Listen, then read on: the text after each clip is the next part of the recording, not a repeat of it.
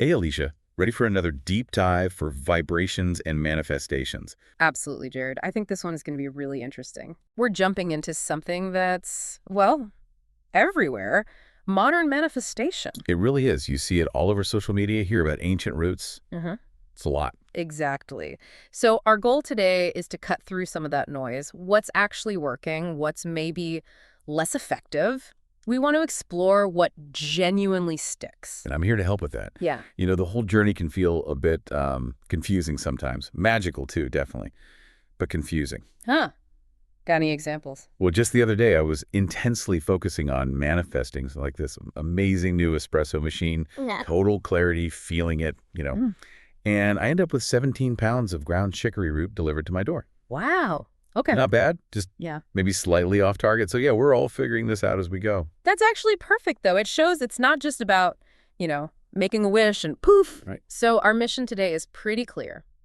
We're going to explore this whole world of modern manifestation. We'll look at spiritual ideas, the science behind some of it, and practical tools you can actually use. Yeah, giving you the knowledge to sort of figure out what works for you. And when we mention the law of attraction, we're basically talking about that core idea. That focusing your thoughts and energy, that specific focus, can help draw experiences to you. Exactly. And we'll look at that from different angles. Yeah. Spiritual cognitive priming, the whole deal. Okay, let's unpack this. The fast lane to focus quick hit techniques. Right. Let's start with some of the popular ones, the techniques that often go viral, the ones promising quick results, or at least getting the ball rolling. First up, you've probably heard of the 17-second and maybe the 68-second momentum ideas. Mm-hmm. Abraham Hicks, right? Yeah.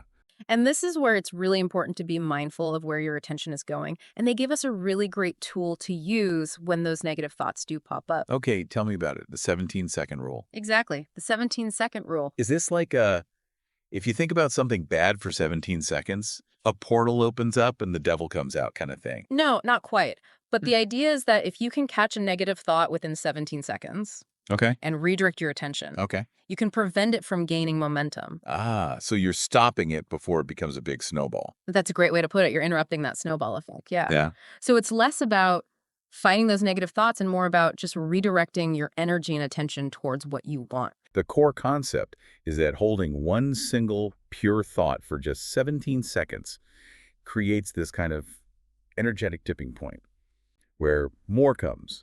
And then if you can hold that pure, non-contradictory thought for a full 68 seconds, that's supposed to build enough momentum to shift it from just a feeling. Into something more tangible, something you can almost see, hear, smell. Precisely. Yeah. Full-blown manifestation. The idea is that this focus makes it easier to keep thinking that thought, attracting more of that same energy. Yeah. Like attracts like. And of course, on platforms like TikTok, this gets turned into a sort of speed run challenge. Oh, yeah. Quick fixes are always popular. I remember reading about a therapist, Julia Childs-Hale, who tried it. She was skeptical, how could 17 seconds really do anything? Mm-hmm. But she visualized her outcome clarity on a big family decision for 17 seconds each morning.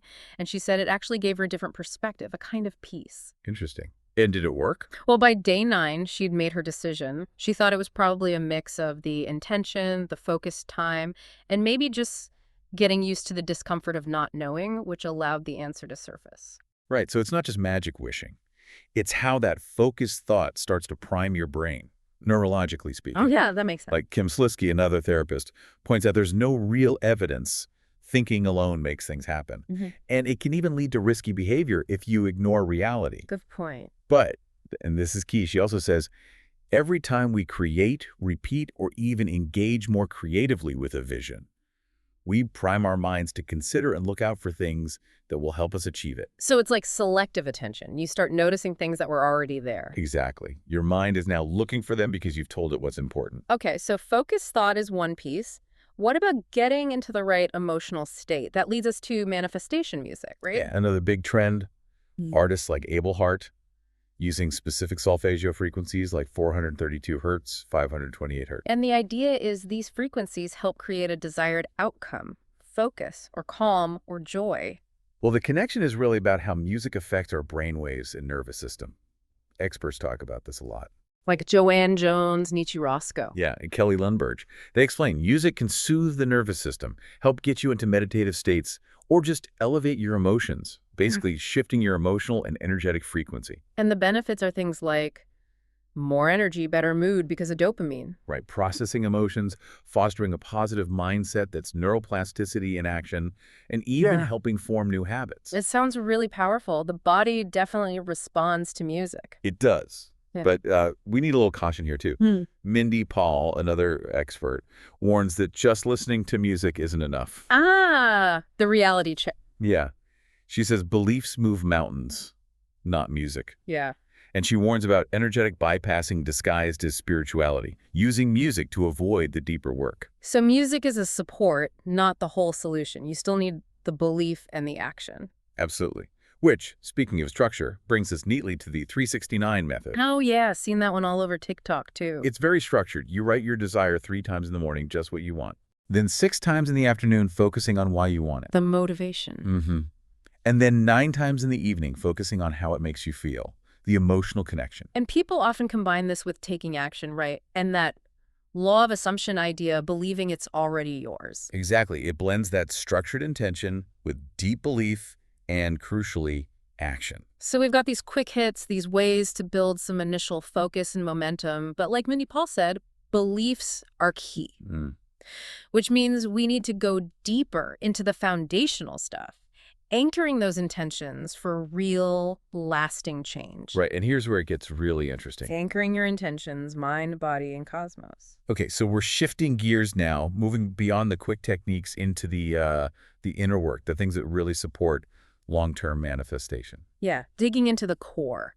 And a really powerful approach here comes from Gabby Bernstein. She focuses on breaking those habits we don't like, especially the extreme ones. Habits as protection. Exactly. She explains they're often protection mechanisms we develop, usually way back, to manage big feelings we didn't want to face, stuff from childhood often. And she really emphasizes that real change needs a gentle, compassionate, connected inquiry inside. You can't just force it or suppress it. That sounds kinder than just willpower. So what's her method? It's a brilliant 4-step check-in.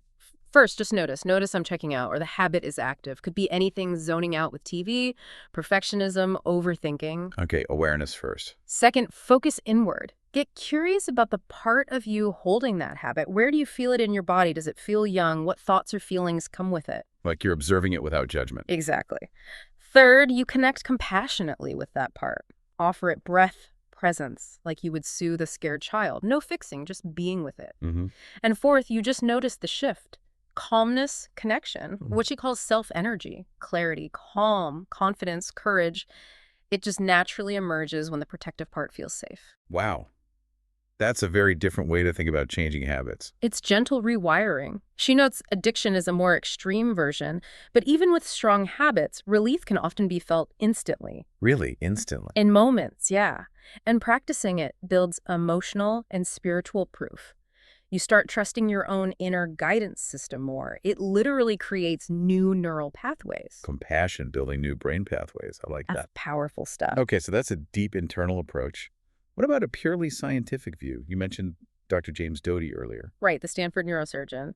He offers this really grounded perspective. His line is basically, there is no magic here. Refreshing. So what's his process? He calls it a foolproof process. It involves physically writing down your intention, then reading it silently, then reading it aloud, and visualizing it repeatedly. Engaging multiple senses. Exactly. He says this uses all of your sensory organs to really embed that intention into your subconscious.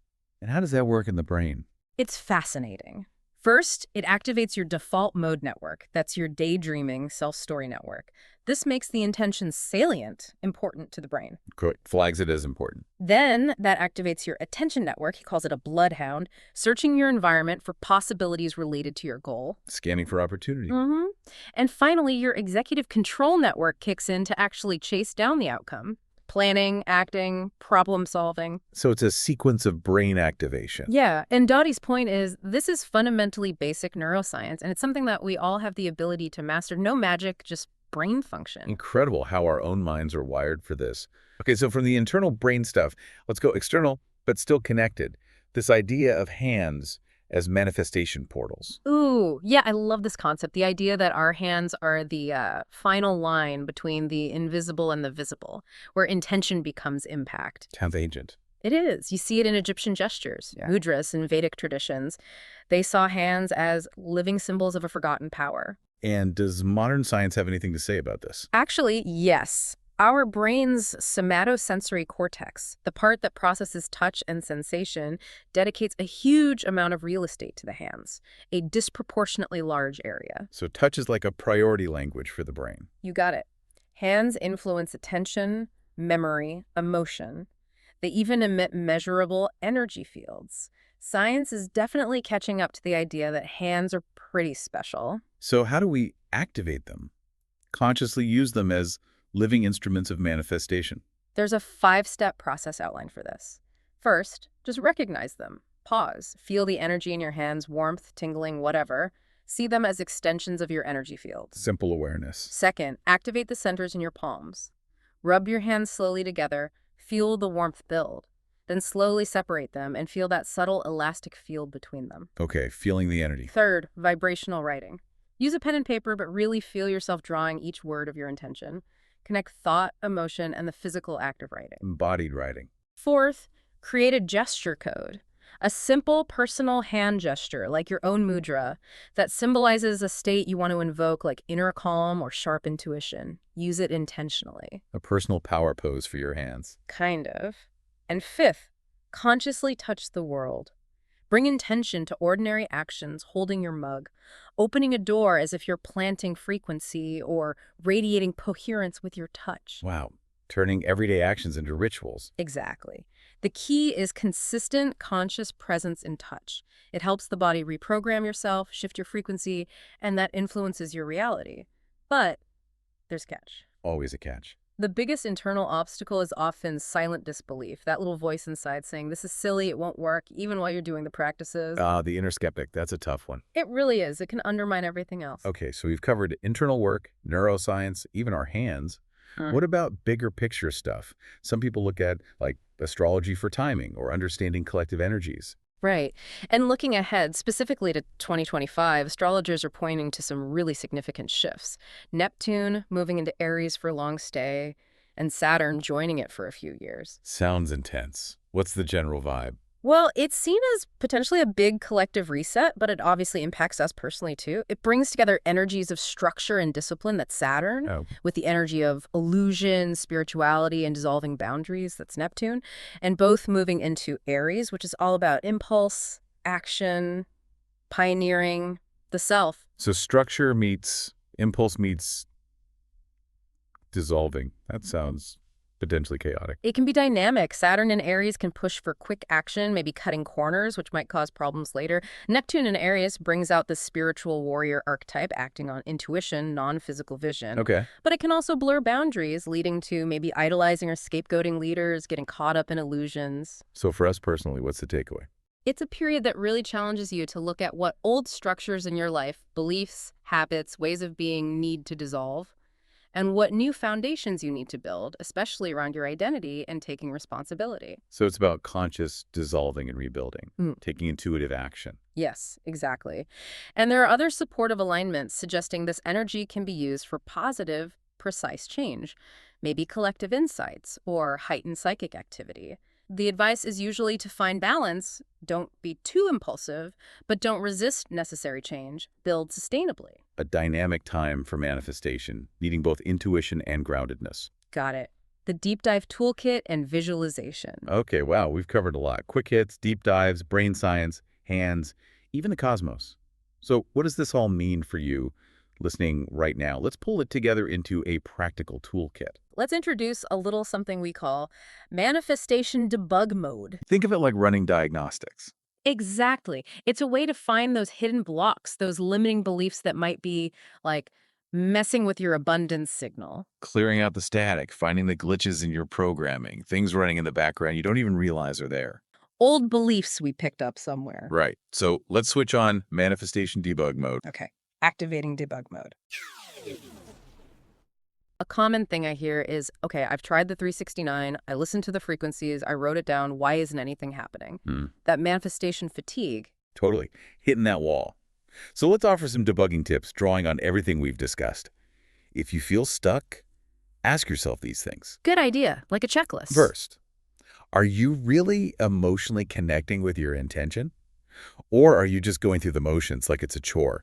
Remember that feeling aspect from Abraham Hicks in the 369 method? Mm-hmm. Need that resonant feeling. Second, are you listening for those intuitive nudges? Are you allowing space for things to unfold? Or are you trying to micromanage every single step? Sometimes you got to let go a bit. Right, trusting the process, allowing for detours. Third, are you getting enough rest and integration time? Like Gabby Bernstein's gentle approach suggests, maybe you just need space for the internal shifts to settle before you see external results. Yeah, constant striving can be counterproductive.